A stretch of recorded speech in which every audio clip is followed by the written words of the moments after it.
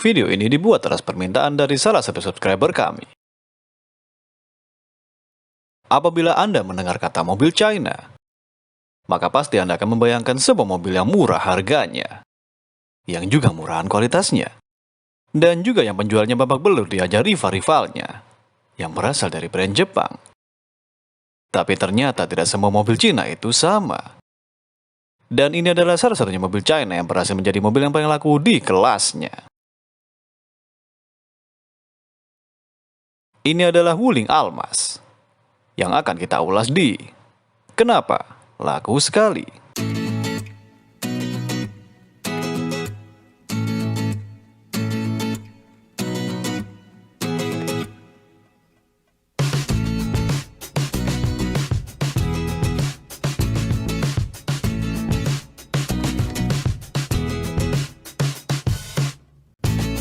Wuling Almaz ini adalah mobil yang sangat tidak biasa untuk sebuah mobil dari brand China.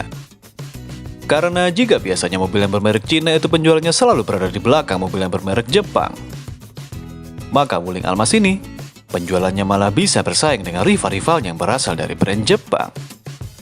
Dan sekaligus berhasil menjadi mobil yang paling laku di kelasnya. Lalu seperti apakah Wuling Almaz ini? Dan apa saja yang membuat Wuling Almaz ini sangat laku penjualannya jika dibanding rival-rival Jepangnya? Mari kita simak video ulasannya yang berikut ini.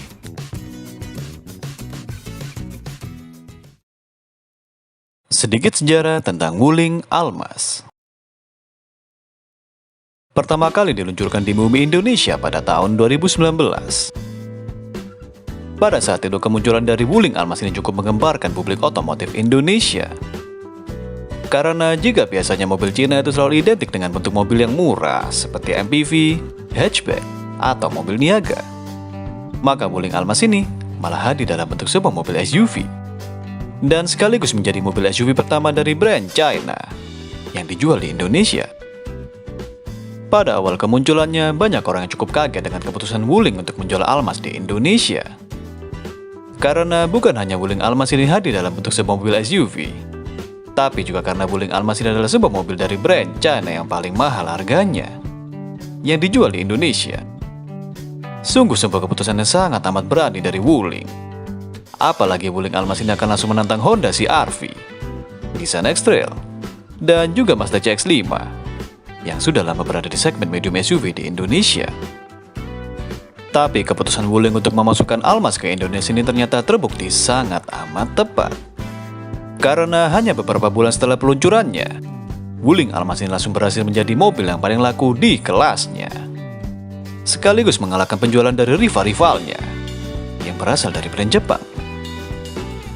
Dan bagi Anda yang mengira kalau Wuling Almaz ini harusnya bersaing dengan Honda HR-V dan bukan bersaing dengan Honda CR-V, Anda mainnya kurang jauh. Ya, memang harganya ini agak mirip-mirip dengan Honda HR-V yang tipe Prestige.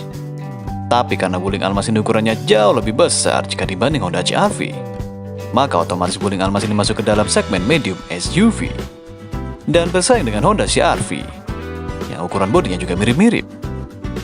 Dan karena penjualan Wuling Almaz ini sangat amat sukses, maka pada tahun 2021 lahirlah versi facelift-nya dengan banyak perubahan yang positif, yang tentunya juga membuat Wuling Almaz ini menjadi makin worth it jika dibanding rival-rival dari brand Jepangnya. Nah, sekarang kita akan mereview seperti apa Wuling Almaz yang baru saja facelift ini. Kita mulai dari depannya lebih dulu.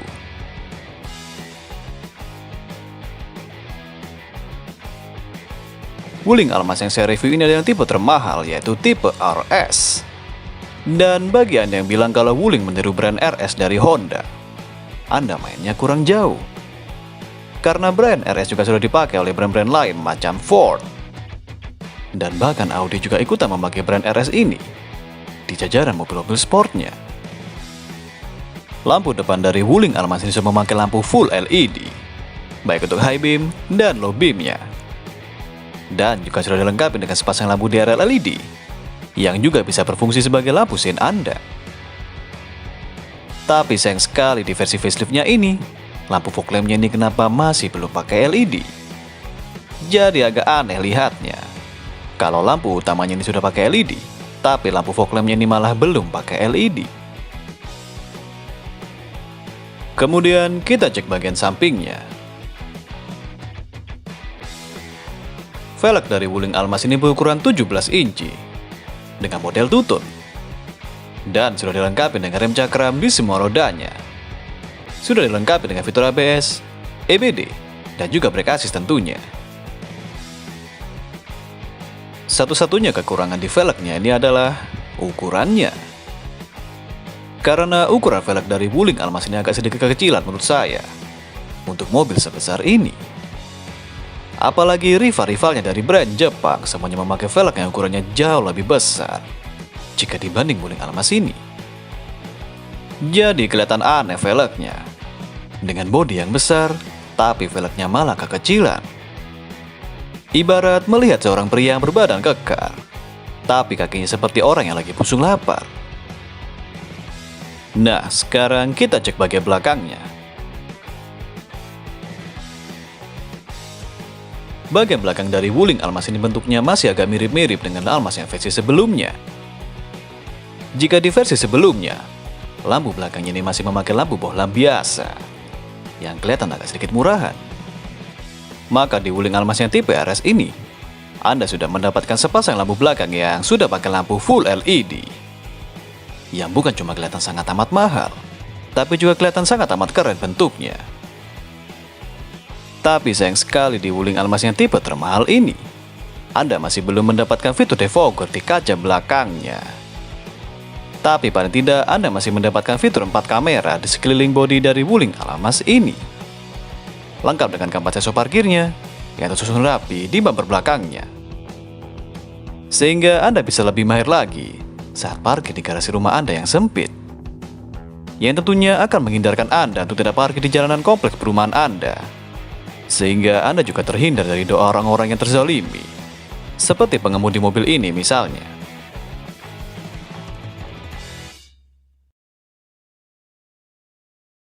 Sebelum kita cek interiornya, mohon sempatkan waktu sebentar untuk like video ini dan subscribe ke channel saya, agar saya bisa berbahagia dan Anda dapat pahala karena membahagiakan saya. Sekarang kita cek interiornya.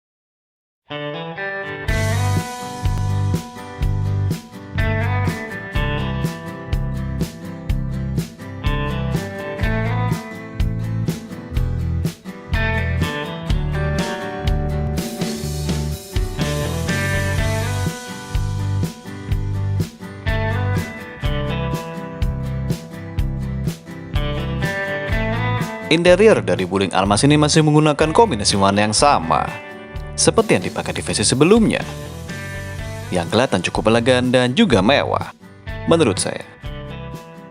Selain kombinasi warna yang cukup mewah, interior dari Wuling Almas ini juga dipenuhi dengan fitur-fitur yang juga baru, dan tentunya juga semakin membuat Wuling Almas ini menjadi makin worth it jika dibanding rival-rival Jepangnya.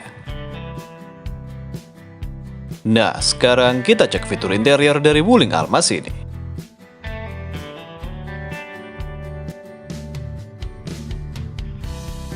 Setir dari Wuling Almas ini cukup menarik bentuknya. Sudah dilapis kulit tentunya, dan terasa sangat amat enak untuk digenggam. Rasa setirnya pun juga sangat empuk. Sangat terasa sekali kalau Anda lagi pegang mobil mahal. Yang agak kurang terasa mahal adalah pengaturan setirnya. Karena setir dari Wuling Almas tipe termahal ini sayangnya masih belum teleskopik pengaturannya. Hanya bisa tilt saja. Tapi pada tidak, Anda sudah mendapatkan sebuah steering switch di sini untuk mengatur audio Anda yang super besar ukuran layarnya dengan ukuran 13 inci. Dan bukan cuma ukuran layarnya saja yang super besar, Anda juga sudah mendapatkan berbagai macam fitur koneksi yang super lengkap di sini, seperti USB, Bluetooth, dan juga sudah ada fitur Android Auto-nya. Selain itu, Anda juga bisa mengatur AC dan juga berbagai macam fungsi dari mobil Anda di sistem audionya ini.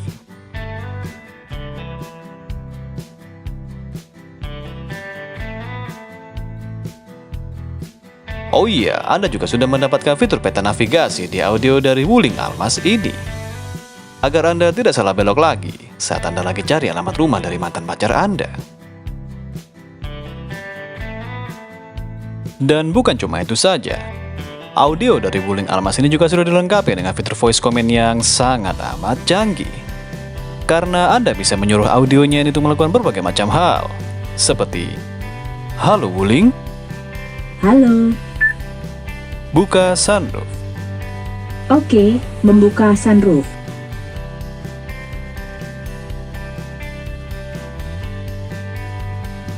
Wah, jadi berasa punya asisten pribadi di sini. Tapi sayang sekali tidak semua perintah bisa dilakukan oleh fitur voice command-nya ini. Seperti perintah ini misalnya. "Halo Wuling, Halo, tolong akhiri virus corona di Indonesia."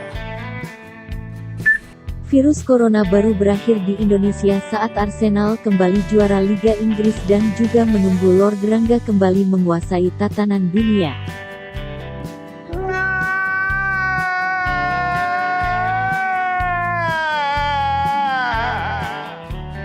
Daripada kita semua pusing mikirin corona yang belum kelihatan akhirnya, mending kita cek betapa luasnya kaki belakang dari Wuling Almas ini.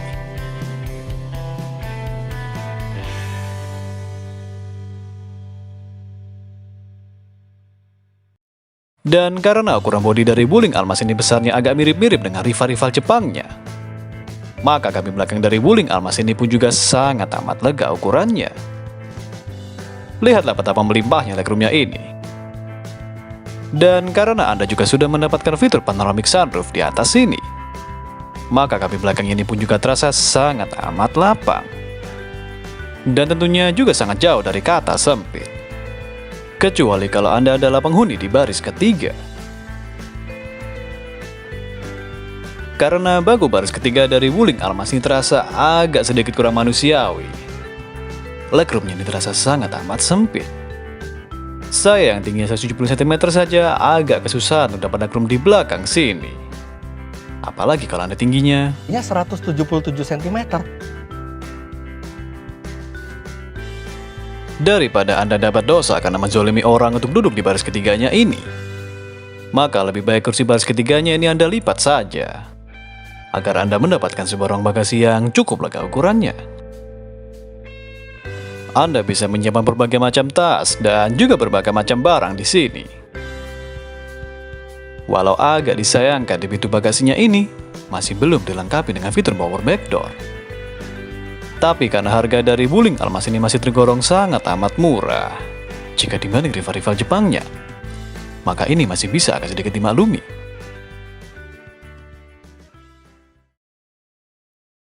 Sekarang kita cek mesinnya.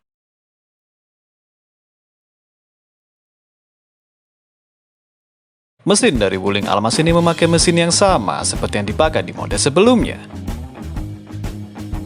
Menggunakan sebuah mesin 1500 cc bensin 4 silinder dengan turbo yang menghasilkan tenaga sebesar 140 horsepower dan torsi 250 Nm. Mesin ini juga dikawinkan dengan sebuah transmisi CVT yang membuat mesin dari Wuling Almas ini cukup irit konsumsi BBM-nya untuk ukuran sebuah medium SUV. Dengan mesin yang sudah berturbo, fitur yang super lengkap, dan juga desain yang sangat amat ganteng, maka jadilah Wuling Almas ini sebagai satu-satunya mobil dari brand China yang berhasil menjadi raja di kelasnya, dan juga berhasil mengalahkan rival-rivalnya yang berasal dari brand Jepang. Salah satu alasan kenapa Wuling Almas ini sangat laku di Indonesia adalah karena harganya. Tentu saja harga dari Wuling Almas ini menjadi salah satu faktor yang membuatnya sangat amat laku jika dibanding rivalnya bermerek Jepang. Ya, memang Wuling Almas ini harganya cukup mahal untuk ukuran sebuah mobil yang bermerek China. Tapi jika kita bandingkan harga dari Wuling Almas ini dengan harga dari rival-rivalnya berasal dari brand Jepang, barulah kelihatan kalau harga dari Wuling Almas ini ternyata sangat amat murah harganya. Apalagi Wuling Almas ini juga sama sekali tidak bisa dibilang murahan. Karena desainnya super ganteng, fitur yang super melimpah, audio yang super lengkap fitur-fiturnya, dan mesinnya pun juga sudah memakai turbo. Selain itu, ada satu hal lagi yang membuat Wuling Almas ini sangat amat laku di kelas SUV medium di Indonesia, yaitu karena brandnya. Dari semua brand China, hanya brand Wuling inilah yang namanya paling normal di telinga masyarakat Indonesia. Karena brand-brand China lainnya memiliki nama yang agak sedikit aneh bagi telinga masyarakat Indonesia. Seperti brand ini, yang bukan hanya nama brandnya agak sedikit susah untuk dibaca, mobilnya pun juga agak sedikit susah dibuat nanjak. Atau brand ini, yang namanya agak mirip dengan suatu makanan berkuah dari wilayah Jawa Timur. Yang namanya paling normal dari semua brand China adalah brand ini. Tapi ya, ini tidak murni brand asal China. Ini aslinya adalah brand asal Inggris. Selain nama brandnya yang mudah dicerna oleh telinga masyarakat Indonesia, ada satu hal lagi yang membuat Wuling ini sangat sukses penjualannya jika dibanding brand China lainnya, yaitu after sales-nya. Karena jika dibanding brand China lainnya, hanya Wuling inilah yang memiliki jumlah bengkel yang paling banyak di Indonesia, sehingga bisa membuat para pemilik mobil Wuling menjadi lebih mudah untuk menserviskan mobilnya.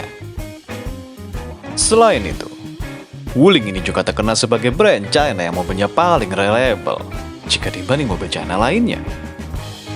Karena sebenarnya Wuling ini merupakan perusahaan gabungan dengan perusahaan otomotif asal Amerika, yaitu Chevrolet. Dan bahkan Wuling Almas ini juga punya kembaran beda merek dalam bentuk Chevrolet Captiva, yang sayang sekali tidak ikut dijual di Indonesia. Overall, menurut saya Wuling Almas ini memang sangat amat pantas untuk menjadi satu-satunya mobil asal brand China yang berhasil mengalahkan penjualan dari rival-rival Jepangnya. Sehingga saya sangat amat merekomendasikan mobil ini kepada Anda semuanya yang sedang mencari sebuah mobil SUV yang super ganteng dengan harga yang lebih terjangkau. Jadi, apabila Anda sedang mencari sebuah mobil SUV untuk menjemput pacar Anda atau pacar teman Anda, yang punya desain yang bisa bikin Anda makin ganteng, yang punya kelengkapan fitur yang gak malu-maluin, yang punya audio yang bisa Anda suruh-suruh, dan juga punya harga yang super murah, tapi masih bisa menaikkan gengsi Anda, agar Anda semuanya aman dari pergunjingan emak-emak di kampung Anda, maka pilihlah Wuling Almas ini.